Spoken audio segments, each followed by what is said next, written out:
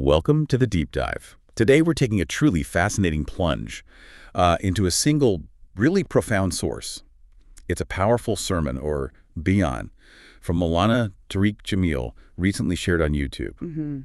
Our mission with this deep dive is, well, it's to explore a truly central idea, how we connect with the divine, and maybe surprisingly, how easy that connection can be. That's right. So get ready to unpack some deeply insightful perspectives on mercy, forgiveness, and, well, the very nature of the Creator. Yeah, and this source offers a unique viewpoint, doesn't it? Incredibly compassionate, I thought, on the whole relationship between humanity and the divine. Right. So, yeah, we're going to try and distill the core message here, really highlighting the astonishing depth of divine mercy and what that actually means for us, for our own understanding when we seek connection or forgiveness. Okay, so let's unpack a core idea right from the start. The speaker declares, quite boldly, I'd say, that in this world, the easiest thing is to please Allah. And then conversely, how incredibly difficult that is to please other human beings. Now, that statement, it immediately feels a bit counterintuitive, maybe, compared to what many might assume about divine standards. It does. And what's really illuminating is that stark contrast he presents. The sermon describes a divine being just so willing to forgive. Yeah. That even if your sins, like stacked up to the sky, a single sincere plea just saying, Ya Allah, forgive me, that's enough. Complete absolution. Oh, just like that. Just like that. He really emphasizes that this forgiveness is instant. And there's absolutely no one, no force, nothing that can question it or stop this divine act of mercy. So it's less about the quantity of sins, maybe, and more about the quality, the sincerity of the repentance. That feels like a powerful shift. Exactly. The source even has that scenario where, all the world's scholars might say someone's doomed, completely doomed to hell for such vast sins. Right. But the divine voice says, no, don't listen to them. Just come to me. Absolutely. And that really challenges our usual human understanding of justice, right? And forgiveness. It makes you ask, why is it so hard for us, for humans, to truly forgive, but apparently so easy for the divine? Good question. Well, the sermon explains that our human forgiveness often gets hampered by, well, our ego, by the lingering hurt or the real impact an action had on us. But for the divine, sins don't cause any actual damage, and good deeds, they don't bring any gain either. Okay, so unaffected. Completely unaffected, always ready. The doors to mercy are just constantly open. And this extends, the sermon says, to all children of Adam, believers, non-believers, good, bad, even those struggling with various vices. Right. The divine simply proclaims, I love you. It's presented as this truly unconditional love. What I found particularly compelling is that, as it unfolds, is the sheer scope of divine awareness described. The source gives this incredible example. It's almost poetic. Imagine a tiny black ant on a black stone on a black mountain in the dead of a dark night. Yeah. And then the speaker says the divine sees even the line made by its tiny legs moving. It's a mind-bending illustration of omniscience, isn't it? It absolutely is. It brings that concept of divine omnipresence to life in a way that, well, it really resonates. Yeah. And the sermon goes even further, describing how nothing in the skies, on Earth, even in the deepest parts of the oceans, nothing can be hidden from this all-encompassing sight. Wow. And if you connect that to the bigger picture, it just underscores that the divine is aware of every single act, every thought, but still shows this immense patience. It's not just watching, it's a knowing that still chooses patience. And that patience. Yeah. It's truly astonishing when you think about the scope. It is. The source mentions, even when humans are defying the divine all day long through lies, slander, usury, adultery, even skipping prayers, the divine still lets them sleep peacefully at night, just hoping they might repent. It's not passive, is it? It feels like an active waiting for that turning point, for a return.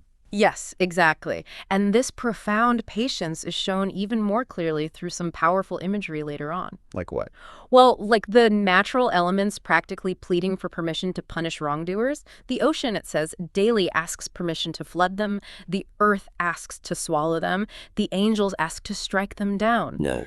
Yet the divine holds them back, saying, they are my servants. I am waiting for them. It highlights this profound idea. Yeah. Ultimate justice is tempered by this overwhelming, almost like a yearning desire for repentance and return, not just immediate punishment. That's quite a thought. Yeah. So building on that incredible patience and awareness, the sermon then shifts focus. It talks about something fundamental, the actual name we use for the divine. Right. And why that specific name matters so much. The source is very clear. Mm-hmm. The proper name is Allah.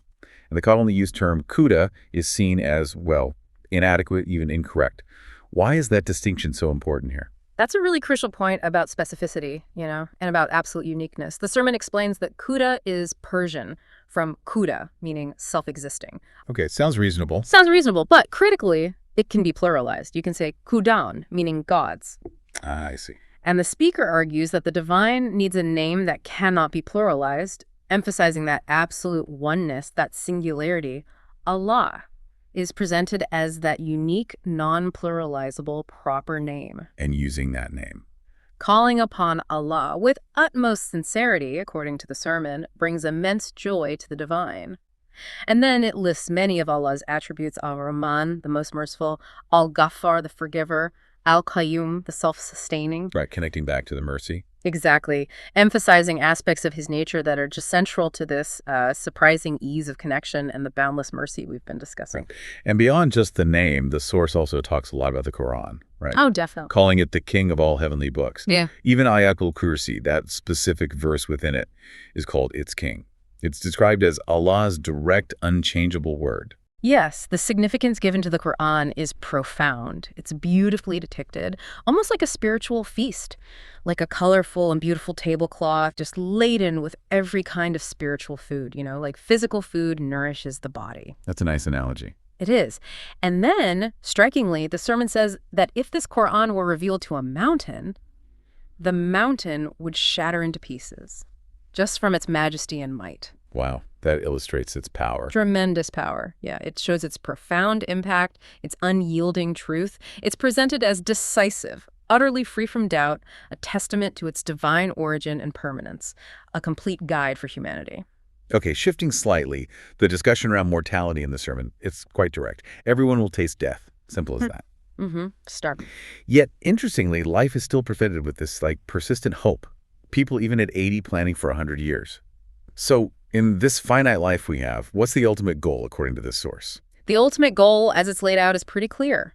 Please the divine, avoid hell, and enter paradise. Okay. And the path. And the sermon stresses there's only one pathway to achieve this: by becoming a Mohammadi, which means really embodying the character and teachings of Prophet Muhammad. So it's more than just rules. Much more. It's about internalizing the very essence of his example, his life. This path is described as the passport to La ilaha illallah, that core declaration, there is no God but Allah. The foundation. The absolute foundation of the faith, and it's the visa to paradise. The source even recounts that on the day of judgment, the keys to paradise itself will be in the prophet's hand. It really underscores his central role as the guide, the intercessor. That's a truly profound claim about his unique role.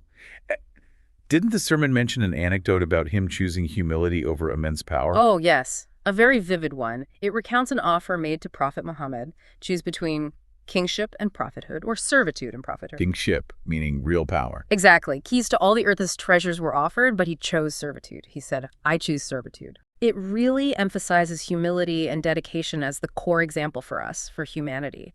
And then later, there's that incredibly moving story about Bilal's azan, his call to prayer after the prophet passed away. Ah, yes, I remember that part. It describes how his emotional call didn't just affect the humans listening, but also the jinns, the spiritual beings, and even, it says, the walls and doors, making all of Medina weep. Just underscores the connection. The profound spiritual connection, yeah. And the transformative influence you can find by following this path. So bringing us kind of full circle, back to where we started, the sermon reiterates that making the divine your friend is, quote, the easiest thing. Right, back to that core idea. And the primary path to that friendship is repentance. But okay, how easy is this repentance really in practice? Well, it's presented as remarkably easy and incredibly swift, almost instantaneous, you could say. Instantaneous. Yeah, the source says, we repent here, and he makes us his own here, emphasizing immediate acceptance. And to really drive this home, it shares that story of the young man. An outcast. The outcast, yeah. Shunned by society for his many sins. But in his dying moments, he just turns to the sky, totally hopeless, and cries out for forgiveness.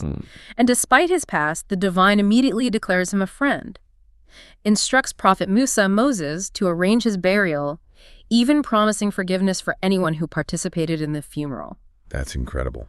It really drives home the idea that sincere repentance, even just a single tear or a heartfelt sigh, it can instantly erase even huge amounts of sin, fundamentally change your relationship with the divine. So it's not about, like, grand gestures or some complicated, drawn-out process. Doesn't seem like it. It's more about that moment of sincerity, turning back. Exactly. It's about that profound internal shift, that moment of just turning towards the divine, which is instantly recognized and embraced.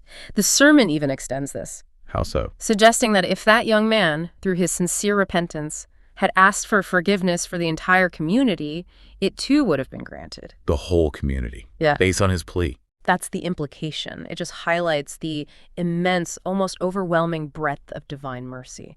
Always there, always waiting for that single, sincere plea. What an incredible deep dive that was into the boundless mercy described in this powerful sermon. We've learned about, well, the surprising ease of connecting with the divine, the sheer vastness of divine awareness, the significance of calling upon the proper name, Allah, Right. the central guiding role of Prophet Muhammad, and this profound liberating power of, well, seemingly instantaneous repentance. It really does reveal a comforting message, doesn't it? A liberating one. That no matter what, the door to connection, the door to forgiveness, it's always open if we just sincerely turn towards it. Yeah. It really makes you think about our own human struggles, with forgiveness, with judgment, and how that often contrasts so sharply with this divine model presented here, this model of unconditional acceptance. Absolutely. And so maybe here's a final thought for you, the listener, to carry forward from this. Given this idea of the unparalleled ease of seeking divine forgiveness and friendship, what might holding on to your past regrets or maybe perceived imperfections, what might that prevent you from fully embracing in your own journey of growth and connection? Something to ponder. Definitely something to ponder. We hope this deep dive has given you a shortcut maybe to being well informed on this truly profound subject.